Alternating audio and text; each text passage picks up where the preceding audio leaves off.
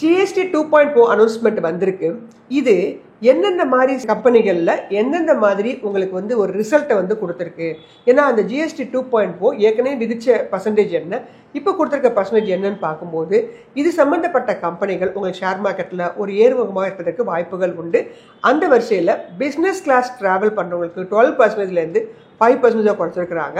Hotel stay below ₹7,500 இருக்கிறவங்களுக்கு 12% 5% குறைச்சிருக்கிறாங்க.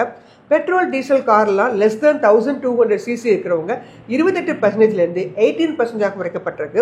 Two wheelers 20% 18% குறைக்கப்பட்டிருக்கு. Auto components 28% இருந்து 18% குறைக்கப்பட்டிருக்கு. ஹெல்த் இன்சூரன்ஸ் 18% இப்போ தற்போது இருக்குது.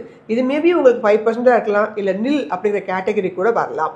மெடிக்கல் எக்யூப்மெண்ட் 12% இருக்கிறாங்க, 5% வரப்போகுது. அதே மாதிரி கீ நெய் விலையெல்லாம் குறைவதற்கான வாய்ப்புகள் உண்டு. 12% இருந்து 5% குறைய போகுது.